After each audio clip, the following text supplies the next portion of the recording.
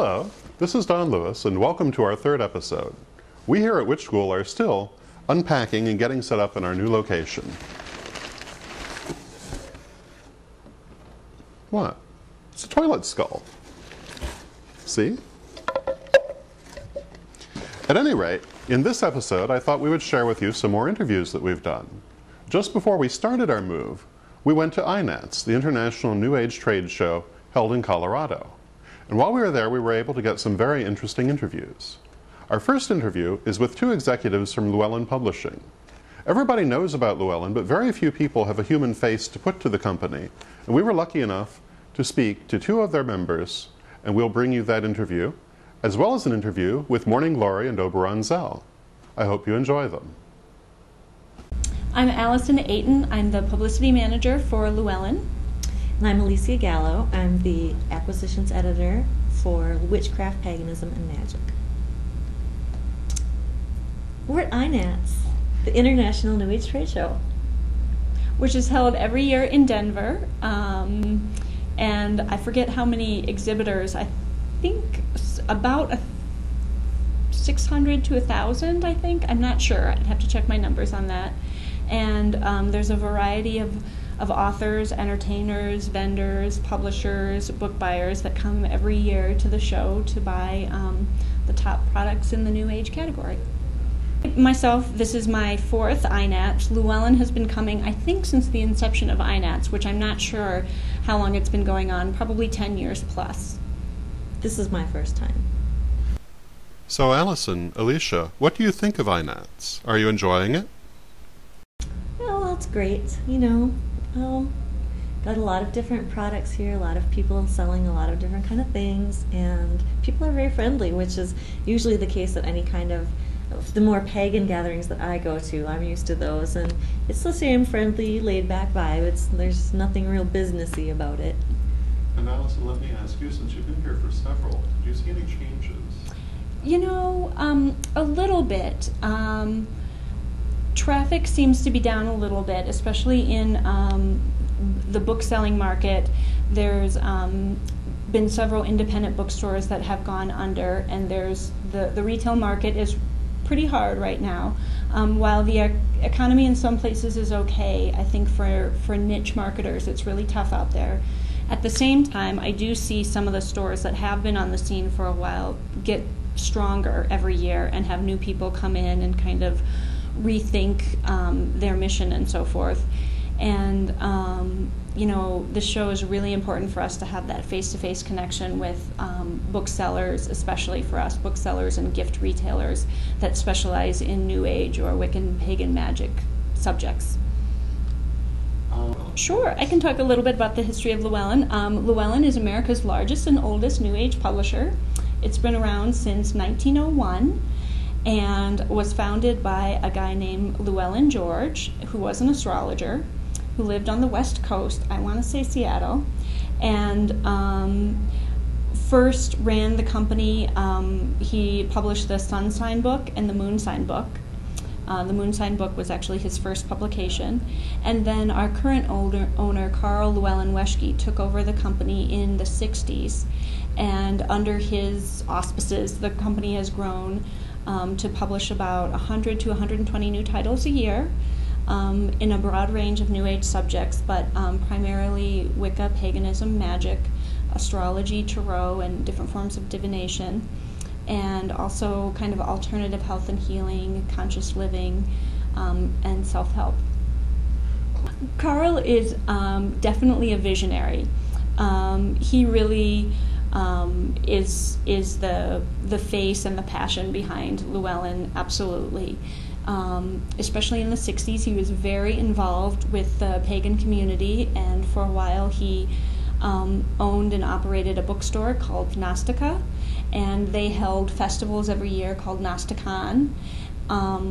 Again, that was in the 60s and 70s, were really very popular. Carl's always been really active in kind of local politics. He was a member of the ACLU for several years. And today, due to health issues, He comes into the office probably about 2 days a week.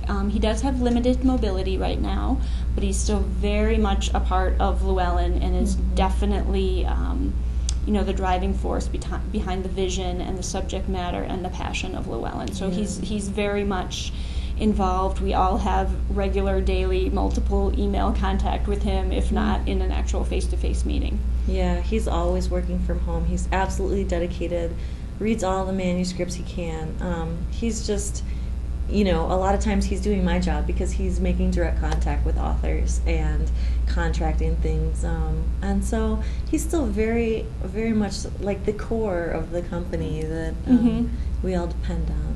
And his wife Sandra is currently our president, and she's kind of more the chief operating officer, if you will, kind of the purse strings and the business sense.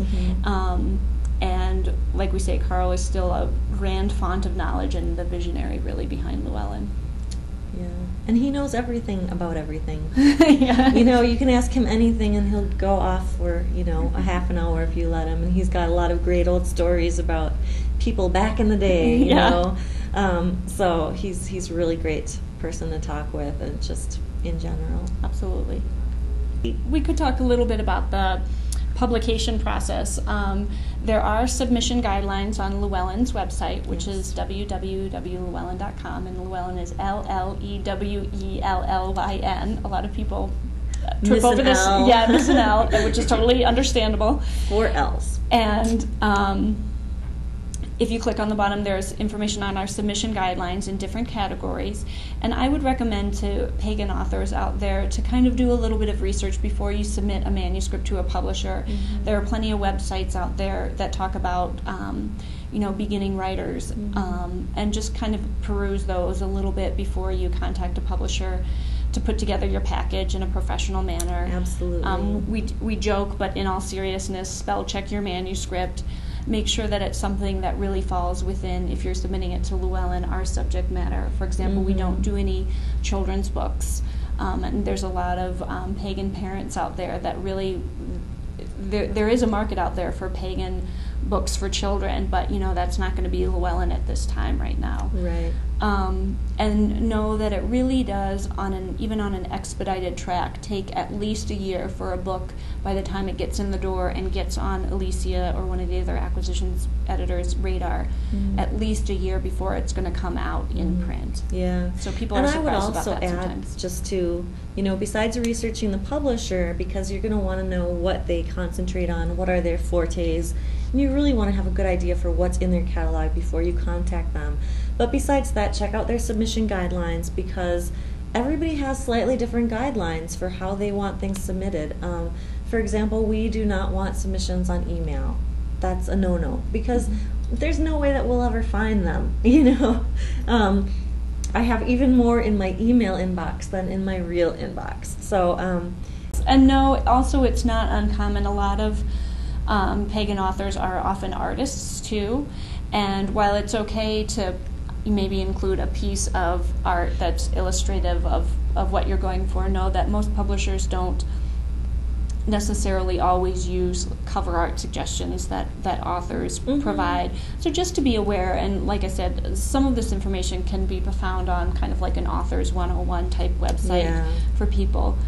But if you want any materials returned, you need to include a self-addressed stamped envelope, and it's amazing the number of people who don't do that, and they call us looking for their manuscript or their materials, and sorry, so look into that kind of thing before you mail away your treasures to us.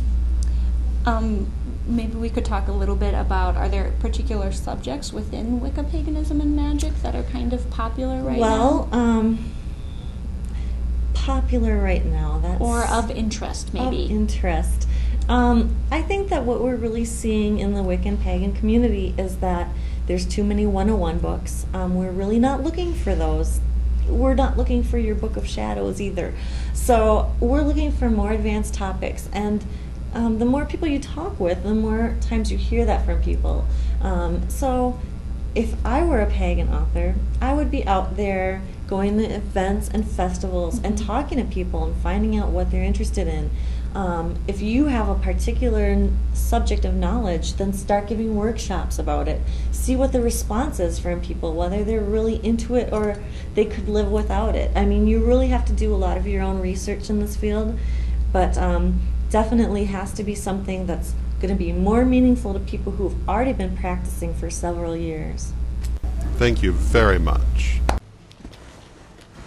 I hope you enjoyed our interview with Alison and Elysia as much as we enjoyed doing it. Now we will bring you our interview with Morning Glory and Oberon Zell in part 2 of this program.